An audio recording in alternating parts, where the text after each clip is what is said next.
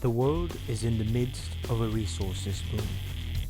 There is a huge demand for mineral resources, and the search for them stretches to every corner of the globe, including the Solomon Islands. Mining is being welcomed as the country's next economic opportunity, a new, untapped wealth. For the past years, the economy in the Solomon Islands have depend mostly longing. Kasem this time, longing have go down. Contribution in longing, low economy have go down. In order for government for maintaining services to the people of Solomon Islands, whether terms education, schools, health, clinics, in order for those services to continue, government has to take them selling somewhere. Mineral resources is the untapped resources in the country. There are many prospectors and opportunists working in the country. But aside the relatively small Gold Ridge mine, the Solomons has little first-hand experience with mining. History has shown that without good management, natural resources are exploited with little or nothing gained for their loss. Resources have never been a problem, I believe. The problem has been with human beings and the way that they organize themselves and account for each other for the use of resources. All of us gathered here, we want resources to be used to advance the human condition in rich or resource-rich countries. Let us work together to ensure that mineral and oil revenue are indeed used to live lives and advance the human condition, not only for a few, but for everyone. Let mineral and oil revenue be a force of positive transformation for all our people. This is a goal that is within our reach. The income generated by mining has the potential to help rural people achieve real development. But do we have the knowledge and experience from which to realize and negotiate that benefit? And at what social and environmental costs? To try and answer these questions, a team of Solomon Islanders set out on a fact-finding journey to neighbouring Papua New Guinea. PNG has some of the most ambitious mining projects in the world. We wanted to learn from our neighbour, learn from their first-hand experience with mining.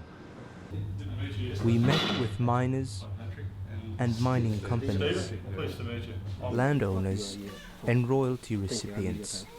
Okay, thank you very much, Chairman. Good morning, everyone. Good morning. This film is about the lessons learned on that trip. Why some communities have been able to realize development through mining, while others have experienced hardship.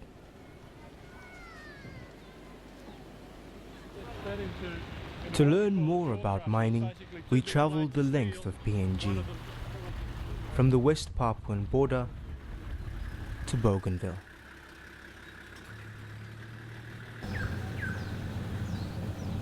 Patrick Pikacha is an ecologist from Marovo and Choiseul and has had experience assessing impacts from mining and logging companies. Stephen Suti from Langalanga and Gizo works in the timber industry and is a strong advocate of sustainable resource use. No, I said this one had me one for the challenge blue Solomon. Morgan Jimuru from Marovo has long experience with community-based natural resource management. And Clive Porabo, a filmmaker from Bougainville and Guadalcanal, videoed the trip so we could share the information and experiences. Together this team will share lessons learned from this unique journey to try and answer the question, is mining the future?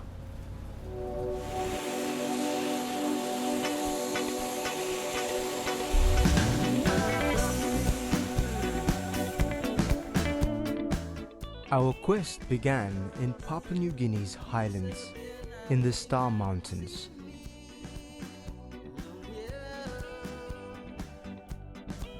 The huge Ok Tedi mine is one of the biggest sources of revenue for the PNG government. The mine is also associated with massive environmental damage and is said to have affected the lives of some 50,000 people that live along the Fly River and the environments that they depend upon. The reason for this is because the mine's waste, rock and earth, some 100,000 tons each day, are dumped over the mountainside into the waterways. Over decades of operation, so much waste has been pushed out that it has blocked up the mighty Fly River, one of the largest river systems in the world. Because of this, the environment that people depended upon, gardens and fishing areas, have been destroyed. Over the past decade, Ok Tedi Mining Limited has become solely PNG owned and has greatly improved their social and environmental management. The company initiates programs to monitor and clean up the mine's waste and works with communities on livelihood, health and development. We had the opportunity to meet with Ok Tedi's community support manager, Leonard Lagisa. Morning, Leonard. For more than 20 years, Leonard has been working with mining and the local communities. So we wanted to ask him about his vast experience and advice in this area. Huge, and I think if any development or any mine, I would recommend they learn from Ok Tedi. Should learn from Ok Tedi. We have, in our operation, we have, impacted on communities, and now we are trying to reset the balance. We have realized over time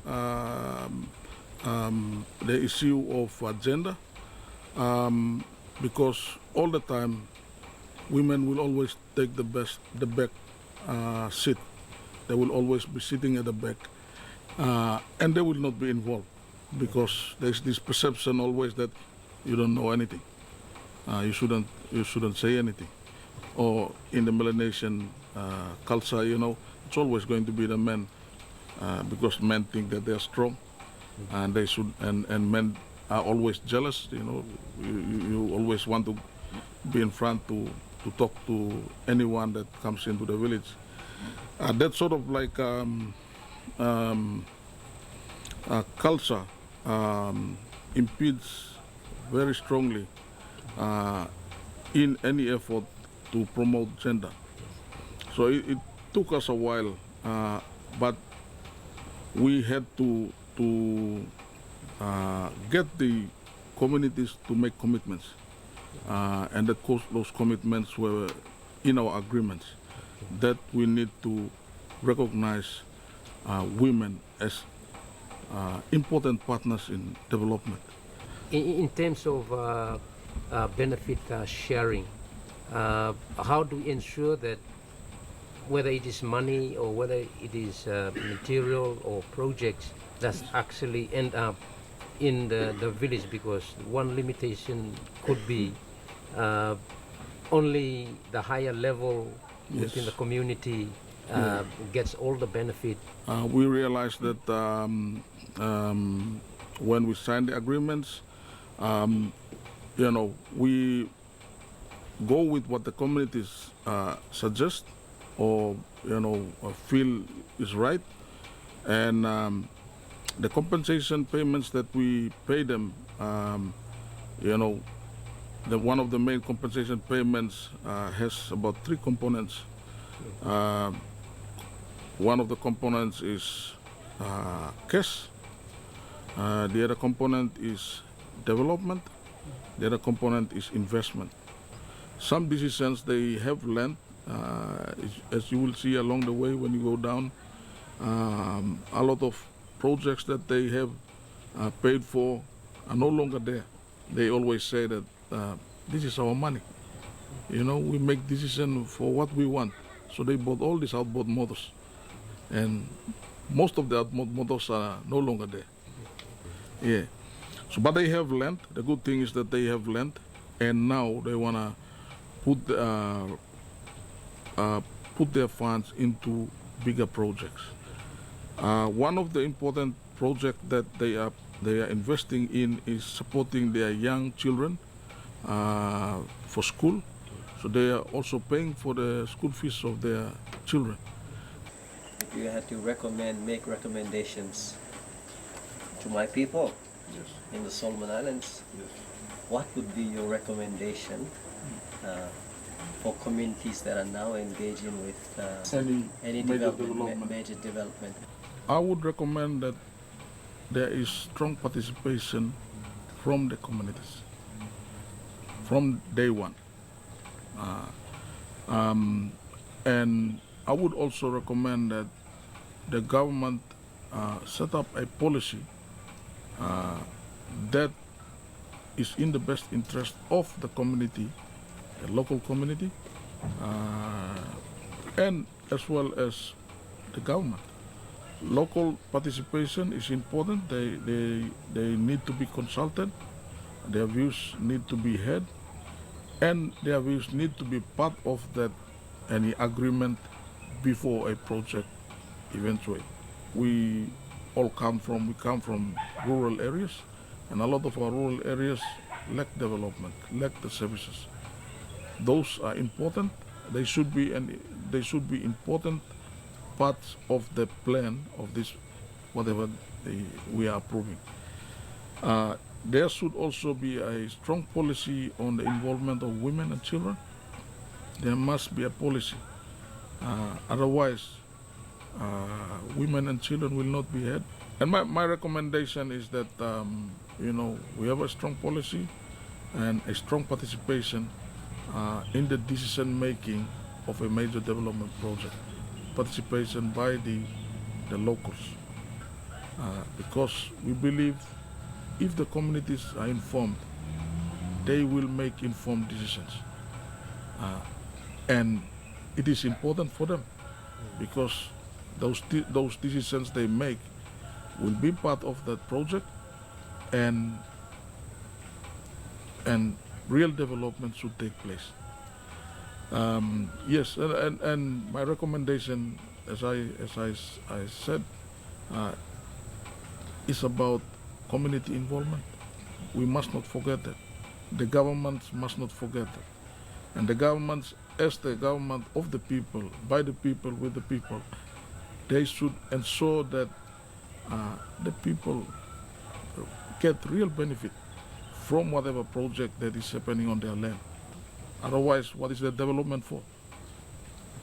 Is it for the country, for these local communities, or for somebody else? We wanted to witness for ourselves how mining had affected people living along the Fly River, so we set out to travel its length, from the mountains to the sea. The Fly River is one of the largest rivers in the world.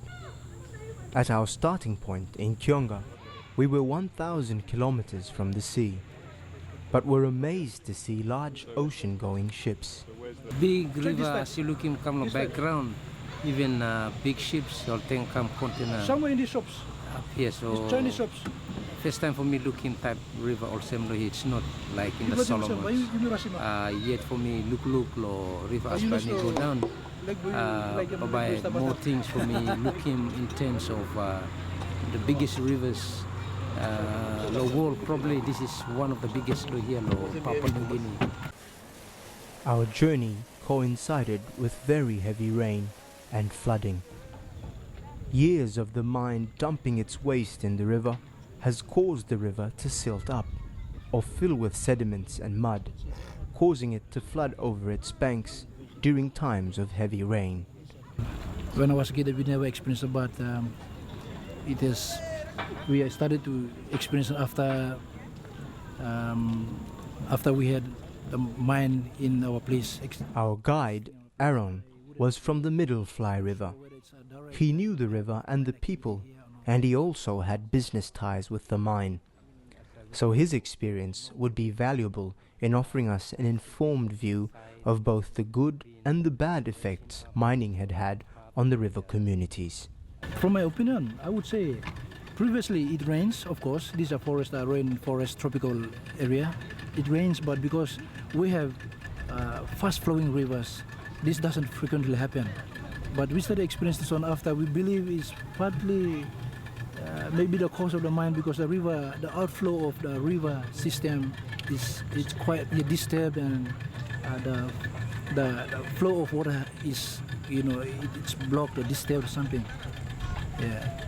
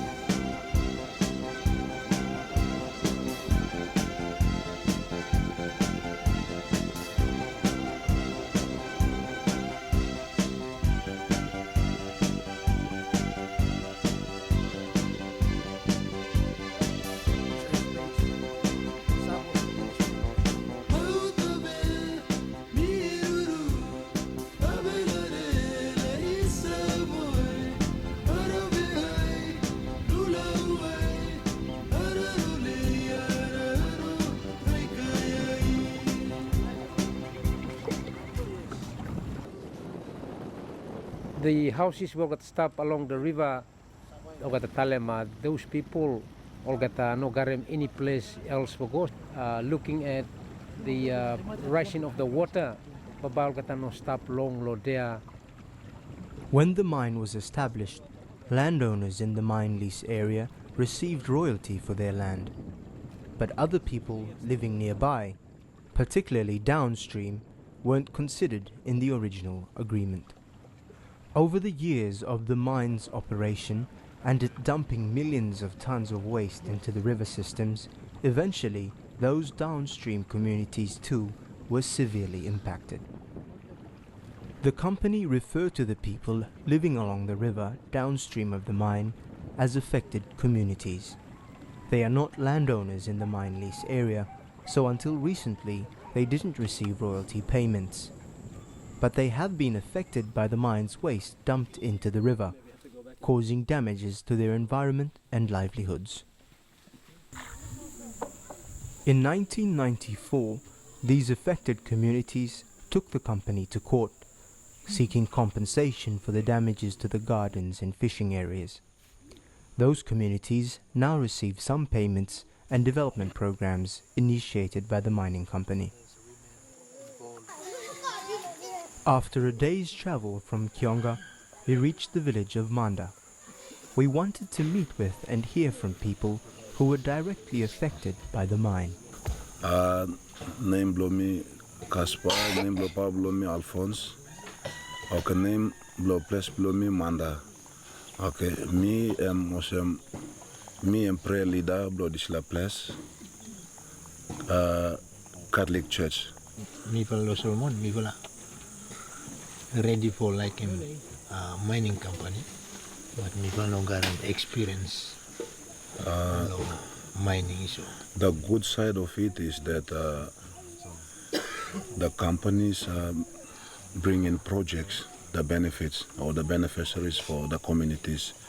Like housing scheme, they supplied us iron seats, nails, and other things like tanks and all this. And also they bring in little bit of projects. Not really. That's a good side of it.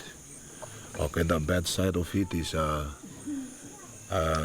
about the environment damages, the sediments building up, blocking our passages before. The water level was not like this before. It's flooding our way. And also killing our environment, and people are finding it hard to make shego nearby. What they are doing now is they used to go out in the bush for some weeks or for some couple of months making shego. So we struggle now. Fly River people depend on sago for food. Because of the changes in the river level, many gardens have been flooded, so people need to travel further to find dry ground. Sago is a slow-growing palm, taking about 7 years before it can be harvested. So if sago gardens are destroyed, they cannot be quickly replaced. Okay, my name is Ligori Papa. I come from Daru, here in the Western Province of Damfly. My mom is from here, Manda village. So I came and got married here. And here, out here, planting, doing gardening, there's not enough food for the ground to eat, the food to survive. Planting cassavas, cow, whatnot, still the ground is not good because of the rising of the water that is taking place and our food got damaged. Some of them rot up in the watery land. Before, the sago wasn't in the flood. The sago was on dry land before. But now, the Ok Tedi sediment is coming in.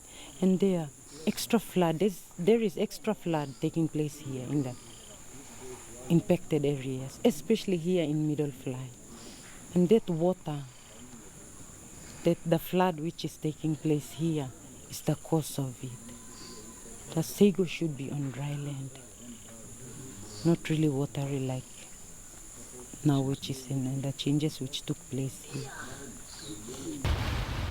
To see for ourselves how flooding had affected people's gardens, we asked Caspar and Ligori to show us.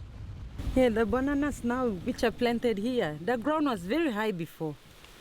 And people come planting very healthy things. But because of this flood thing taking place here, they washed all these plants away. And then these wild pits came up. Sugarcane, cassava, potatoes, yams, pumpkin, plenty of things. But then after this flood took place, really washed everything away. It's very hard to plant now. We'll have to go inside the bushes now to plant, make gardens. Back in the village, we asked Caspar to show us some of the company's development projects. This is a community hall for Manda. So we are using it as a church now. So it was built in 1995. It's not development project. It's only to come and it's only a village decoration. Those little bit of projects that company sends are unproductive. So it just sits down here and gets spoiled, get buggered. So there's no benefit out of that project. That peanut money they're giving to us, you can see us now. We are all ragged around here working, our children and parents. No good. Still ragged, way back. No electricity. Water supply, Southern Cross tanks, big ones, they got rusted, damaged, bugged, finish. And they never changed again. Houses, they gave us only iron sheets, no permanent buildings. They told us, build it yourselves. Now people are struggling making permanent buildings around. It was obvious that Manda people had been very affected by the waste from the mine. And the more their environment was damaged, the more they were dependent upon support from the mining company. Which raised the question, what would people do when the mine finished? And this is the fact that communities are not ready to let the mine go, the developer go. The same sentiments like this. These things are said in many areas. We have seen the enough damages. We want to let stop the mining activities in the province. But after it goes, what have we left with? to sustain life and continue in terms of economic programs. The basic services that they are able to deliver in terms of school materials and housing materials, we can't see very much of the government here. So many people see Ok Tedi as a government. It may not be doing much, but that's the way people see it.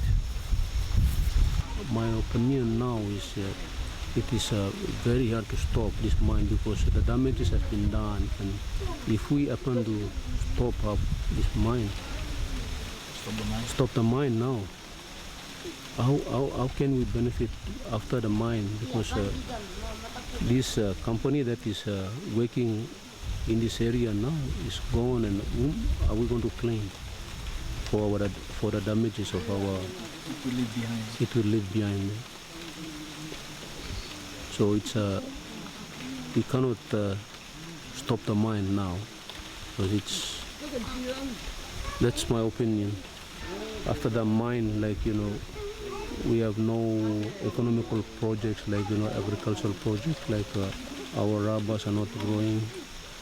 Because now Ok Tedi is looking after us by in terms of gas component, and not like our time when we were small ones. We haven't seen, we were not used with money while our school time, but now our children here, they know what is money. So it's very hard for us to just say no to close our mine. The Ok Tedi said it's all up to you. You want to close the mine? You want to shut the mine? It's all up to you villagers. But then the meeting the third village meeting they came for, I raised a question to them and got up and told them, what if one village says no for the mine to continue and the rest say yes? The feedback that came back was that village is not allowed to be paid by the Ok Tedi. My name is Julius Andrupis. I'm from Manda. Currently I represent this village as a village rep for this Ok Tedi's mine life extension consultation. When the mine closes, when the company stops operation and goes away, I think everything will stop, the services they're providing. And I believe, as I've said earlier, our full dependence, the environment that we depended upon, our food chain has been broken down. And other things that we have survived upon has been destroyed. So, as I've said, I do not know where to go. I do not know. First thing first, before the mine,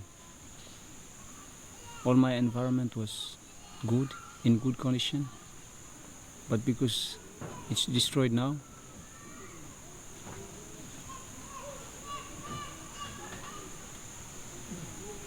and the bit of sustainability that I get is from the Ok Tedi and basically on money.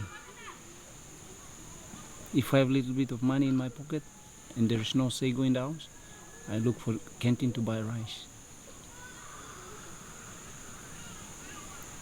And I look for someone who sells fuel so that I can run without motor to the place where where the sago swamps are not destroyed by the flooding. Manda left us confused. We could see genuine efforts from the mining company to compensate people for the destruction of the environment. Programs like sago seeds from Bougainville, a new type of yam brought from Africa, African yam supplied by this Ok Tedi program. That's for this food security programs. So they gave these yams and I planted them. Okay, show him. Rice from Ok Tedi. Mobile health clinics, long-term investments, transport, water supplies, housing projects, agriculture development, and cash payments.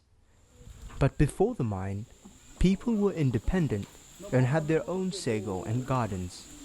They had bush materials to build their houses, and they could drink water straight from the river. They didn't need to be given water supplies. This dilemma of dependency upon the company was a lesson that we would encounter again and again over the course of our travels in mining areas. How do you compensate for the loss of the environment, and how do you embrace the development without becoming dependent upon it? Advice to my brothers, sisters at Honiara in the Solomon Islands is please sit down, think our views we are giving to you fellows. Ask first before any mine or any issues take place there. Ask, tell them, build our houses, permanent houses. Give us health supplies. Supplies the health, hospitals, build up our hospitals, water supplies, food security, and then pay off. Start paying off before anything takes place. Because now we are with the middle fly here, way back to when our ancestors lived here in this village. It depends on people whether they will find. Okay, thank you very much for coming. Okay. Okay.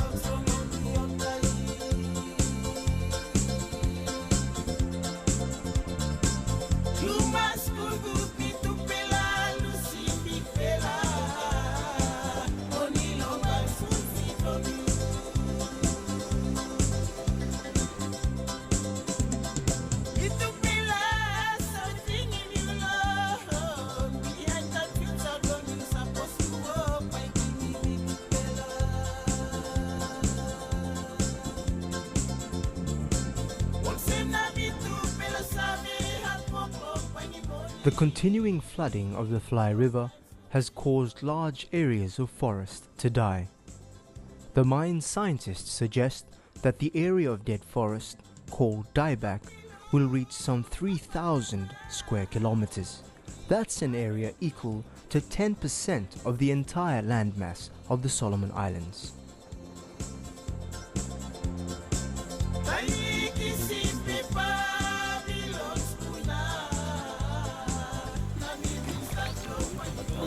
This way. Get to the right. Continue.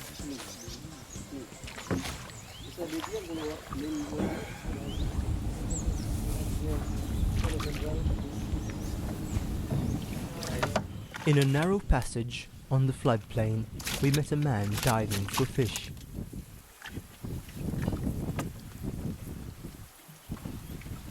His diving mask was homemade. Lower blade, and we use the rope and push it inside of field and then tie it right around there and then bend it. The rope will be bent by the field and then break it with the pliers. On the sides, if they are strapped ones, then sharpen them with a file.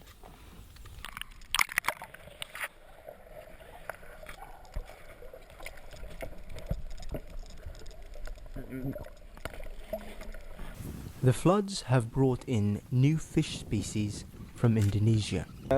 But it's a newly one fish that came in, and we don't have them around here, but now there are plenty. Also gastol, plenty around here. They go right inside to the swampy places. Even though on the ground, they can crawl on top and go. Plenty of fish. These ones, they have plenty. There's the big ones, I just train them. But the small ones, I just let them go. Because they come in a big group. New kinds of fish aren't the only things to have traveled across the border from Indonesia. Oh, guys. Oh, sorry. Which one do we get? Deer meat has become an important food on the Fly River. The man with the knife can choose. The deer have spread throughout wetlands, traveling on the rafts of floating grass.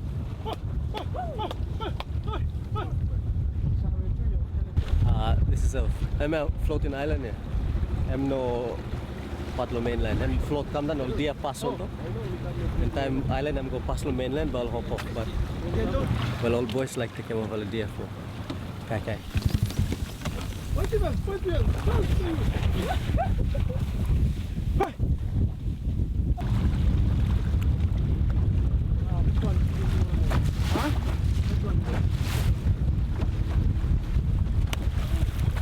Ouch! Look what I'm seeing. Bye.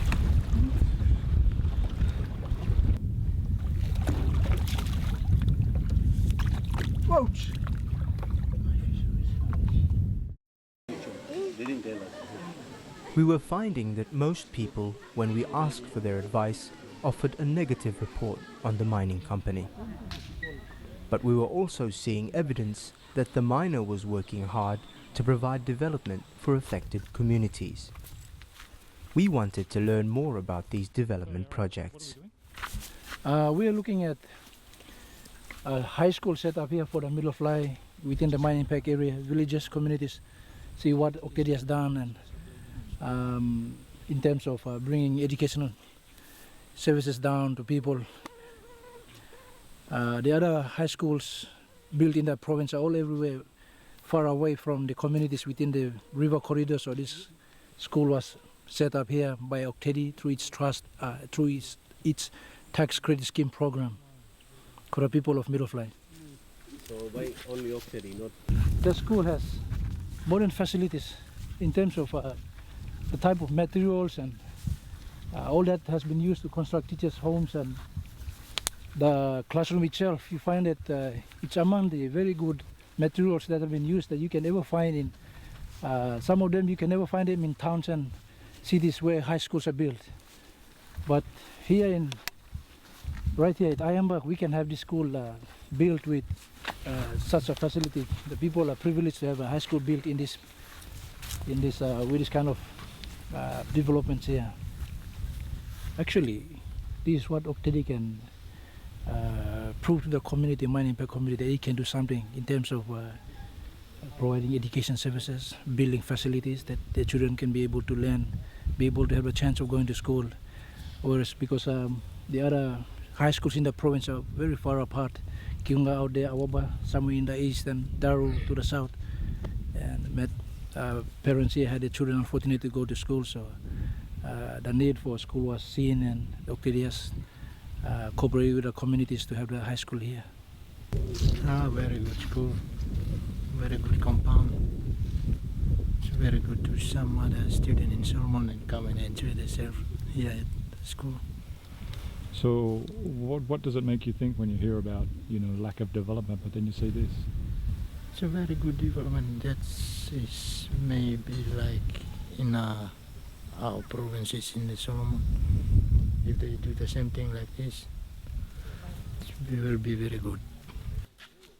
Generally speaking, if Ok Tedi were not here, as you can see, we don't have government presence so much in these impacted areas. The government is very far. Ok Tedi, generally speaking, is like a government to the people in the river corridor. Eventually, you will hardly see any services brought here by the government. And if Ok Tedi were not here, life wouldn't be you would hardly see water tanks, you would hardly see iron roof, iron sheet, you would hardly see. I think parents will be very difficult trying to send their children to school. I think a lot of them will drop out in the villages.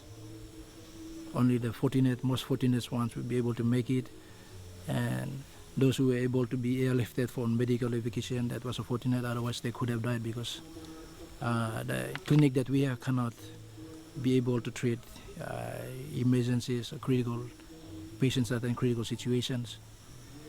But generally speaking, Ok Tedi fairly has done something. In most cases, things are not seen as failure, not because Ok Tedi has not developed it. Maybe it's partly because those who were given the mandate to look after things as leaders were probably they did not manage it well, and in doing so, people just see Ok Tedi as something bad. But it's our responsibility because what Ok Tedi gives is community oriented, and it expects the citizens of the community to look after it, manage it well, and be able to develop and bring service to each other people. So it's not entirely Ok Tedi, it's partly the people who have been given the mandate, our own leaders in the community that are not careful in the way they manage and handle these things. The last night of our 5-day journey down the river, we spent in a village in the South Fly district named Lewanda. Despite being nearly 1,000 kilometers downstream from the mine, the environmental impact was still obvious. Very muddy.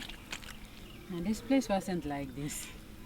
It just became very muddy because of the waste that has been dumped directly into the river system. It's affecting us a lot. Yes, in the garden sides. Okay, like the other mother has said, there haven't been the normal beds. We had a bed that was really abnormal. My niece gave birth to a child that had the legs that were like an animal that I don't know, not after the description that they gave me. And its nose was very flat, like a possum or what. Yeah. The river communities constantly told us of an increasing number of problems with women's health. Okay. Sorry, my husband is not here. I'm staying myself with my children. My husband, I sponsored him to lay. Self-sponsor. Okay, in the past, for our side, women on delivery side, it was a bit okay. We were okay due to our health side. But today, now you look at us. Us, the women, we face a lot of problems. On delivery side, there are some children born with, like, disabled children. Also, women's placenta, they have been destroyed inside. Just recently, we had a death like that. So the lady was flown to Guinea and she died there because of our impact here in the village, around our area. Actually, when I was schooling here, when we used to go down for bath down there, we used to drink from that water. That's somewhere around 1980, 80s, 81. That's when we last drank from the river. When the 84, when this mine started, 85 and 86, we couldn't drink anymore from the river. So we started looking for water from the swamps and all that. On the riverfront, people were busy loading canoes, so we asked what was going on.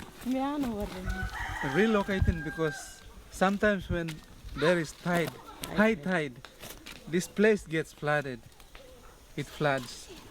As far as the school place up there, the tide gets in. And it takes several weeks or days to dry up. Our food sometimes goes bad. Food gardens get spoiled. I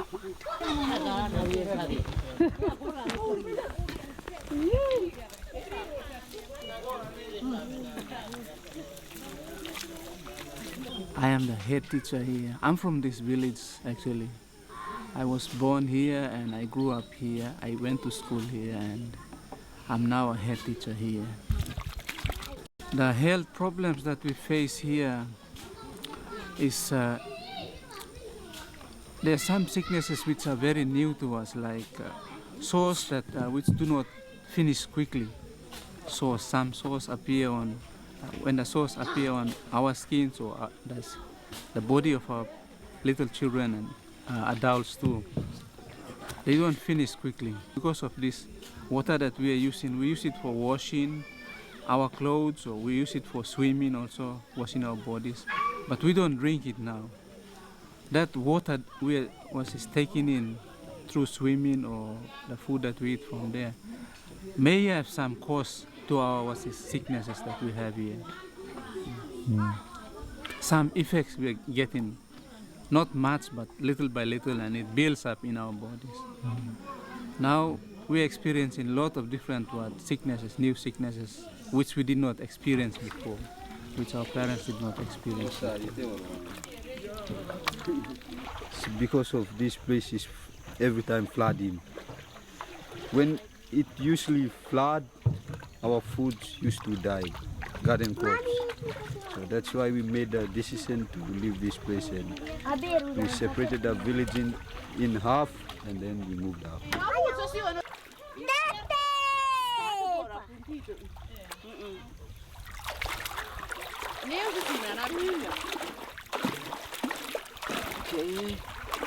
Joseph or I'm Joseph today we have now.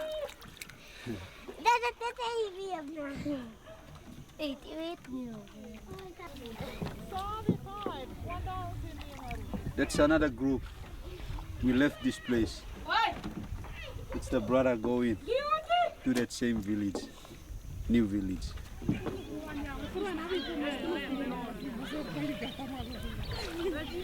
Currently, Ok Tedi is trying to benefit us, but on the other hand, it is making us very dependent on that. And if the Ok Tedi leaves, then we will have a very big impact in the lives of the people here.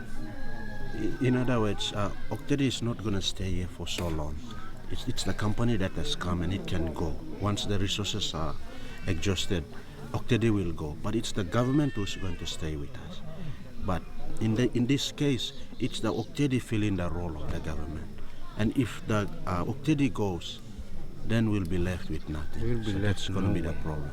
That's why we want government to get up, so that when Ok Tedi will go, we know that government is going to help us when Ok Tedi goes. My recommendations, I would say here for the people of Solomon Islands would be during your negotiation with whatever the mining company is, should negotiate on what rules should be set up as the basis for the mining company to operate on, so that benefits that the village people want flow right to the people in the village. You look at our situation,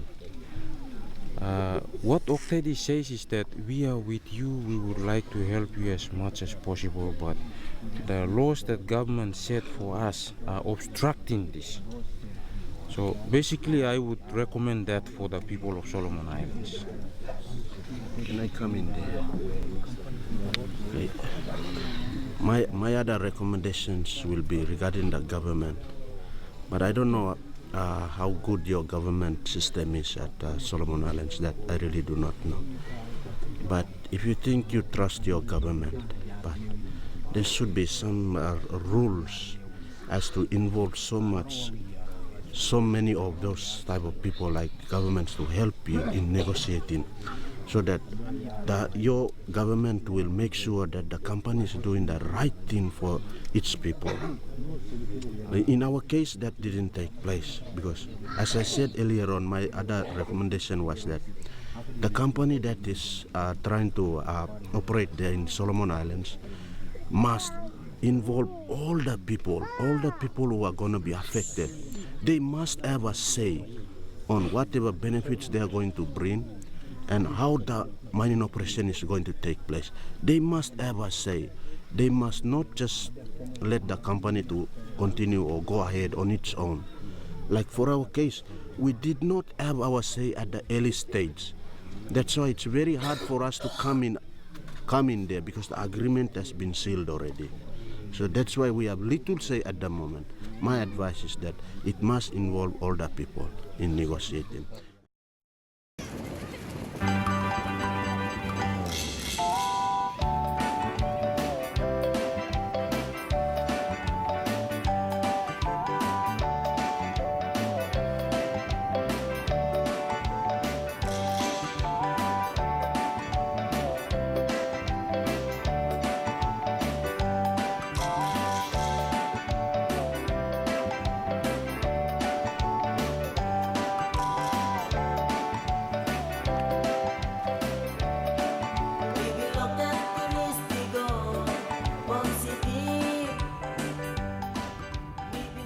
After a week traveling on the Fly River, we arrived at the delta, where the river meets the sea. Here we are at the end of our journey down the Fly River. We've traveled more than 900 kilometers. And Mifala looking at every single section of the river, all the way to the delta, all the way outside into the sea, have got a big impact from sediment, in fact all the way into the ocean because of tailings, 100,000 tons of sediment every day that dump inside the river. And every section along the river, every village share the same experience and same story. One time Mifala, and giving Mifala some strong recommendations for Toksavelo or kata one talks back home in the Solomons, where Okata now in the process of negotiating mining agreements. The delta receives a large inflow of sediments from not only the Fly but also the Strickland River, another huge river that, like the Fly, has a large-scale mine dumping its waste into the river's headwaters.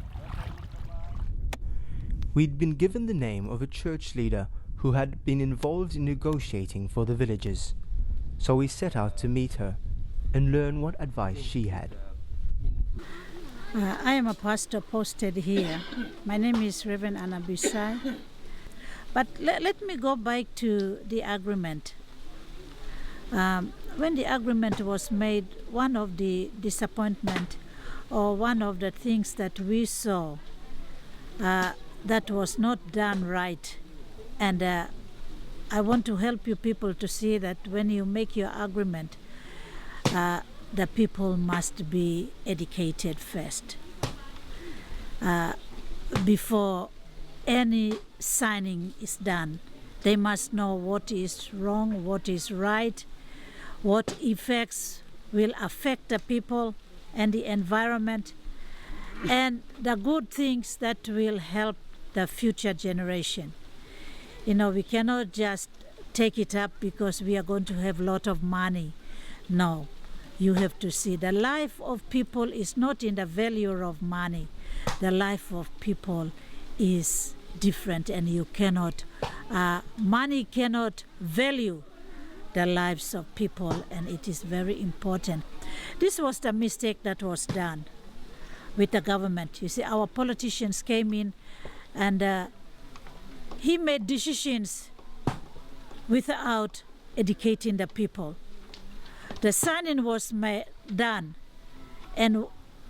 but people were not educated. And after the signing was done, the people did not have any right to change, because they thought because of the money they would sign. But politicians did their part before the people were told and people were educated. And this is important. People must be educated first before the signing is done.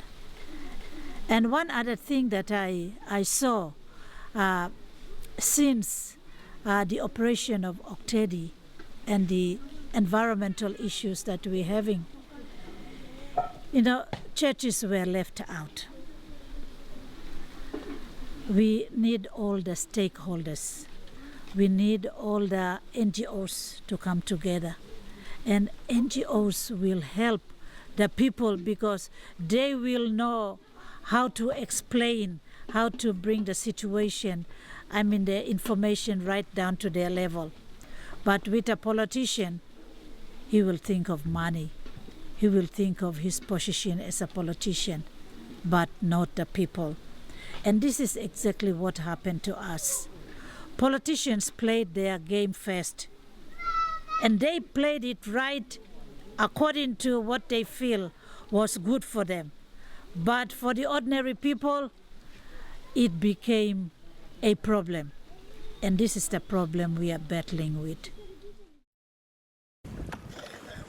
Our final destination in PNG's western province was the provincial capital, Daru. This time we have Kasemna, Daru Island, and the background by you looking come market now stock there. We have go down it, we are still waiting the truck.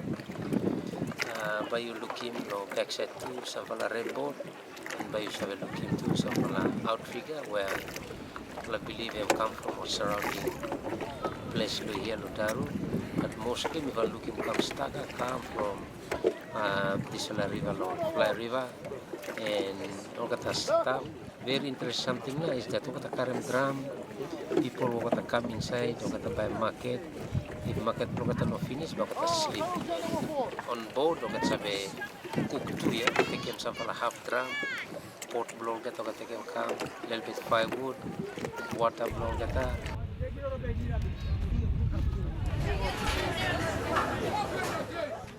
We arrived to find a tense atmosphere in Daru. With so much resource development throughout PNG, the demand for services like shipping was very high. And for the past months, there had been no ship available to freight food and fuel to the island. All the shops are closed because there's no food in the shop. There's nothing anybody can buy from the shop. It's only lollies, twisties. That's all what you can find in there.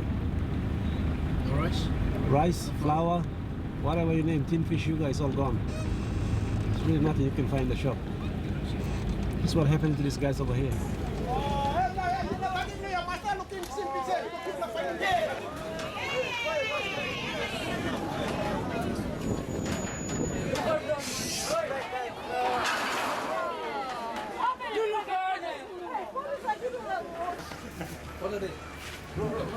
Posters. Yeah, that's posters. Canada's posters. They are evil. Apparently they are evil over here.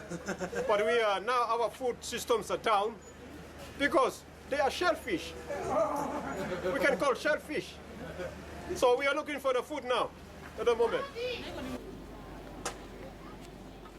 We'd come to Daru to speak with a landowner and politician who had been involved in the case for compensation for the affected communities below the mine.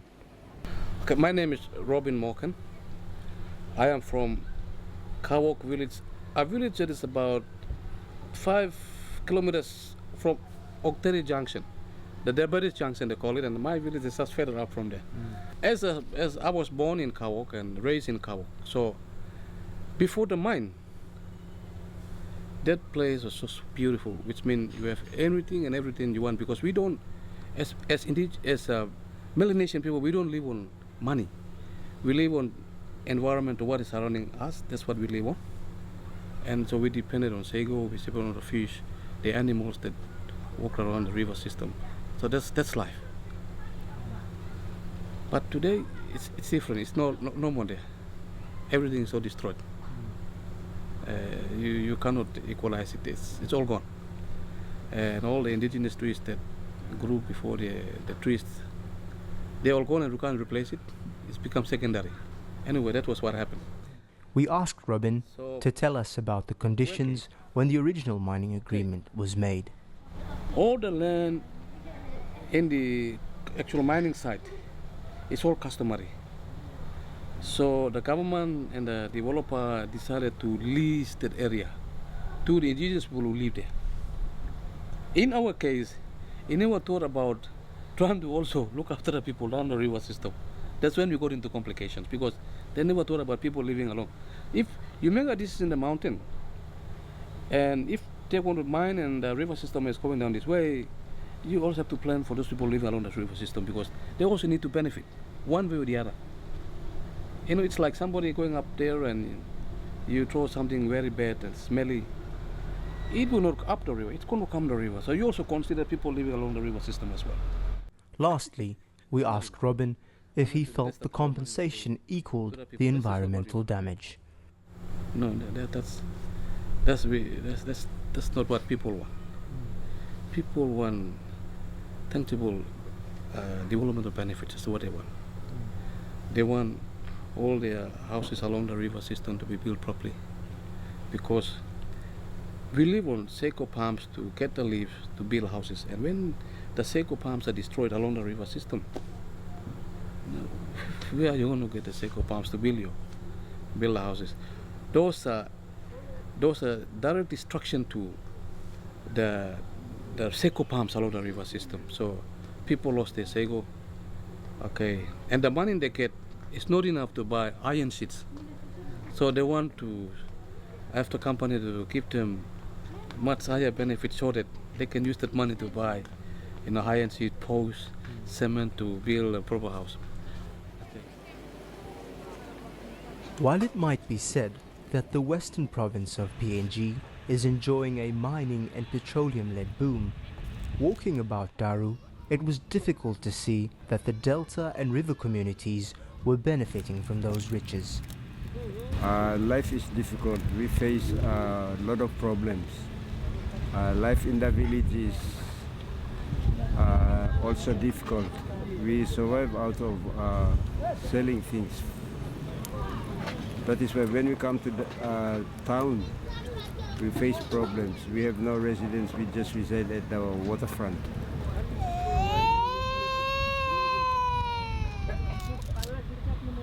Now, Daru, we're having problem with the food. People looking for food, and children too are getting sick. Daru is some days after a week. We're looking at the Daru will be looking for water and food. Shops are closed, and we don't know what we can do.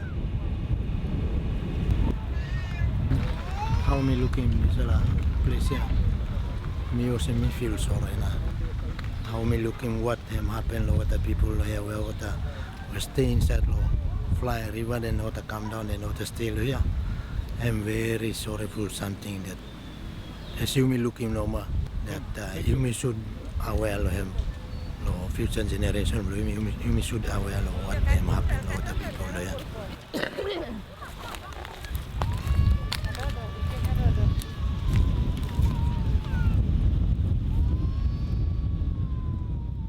On the next leg of our mission, we will visit a gold mining island in PNG's northeast, where the landowners had engaged with the miner in a very organized and unified way and have been able to achieve some real development.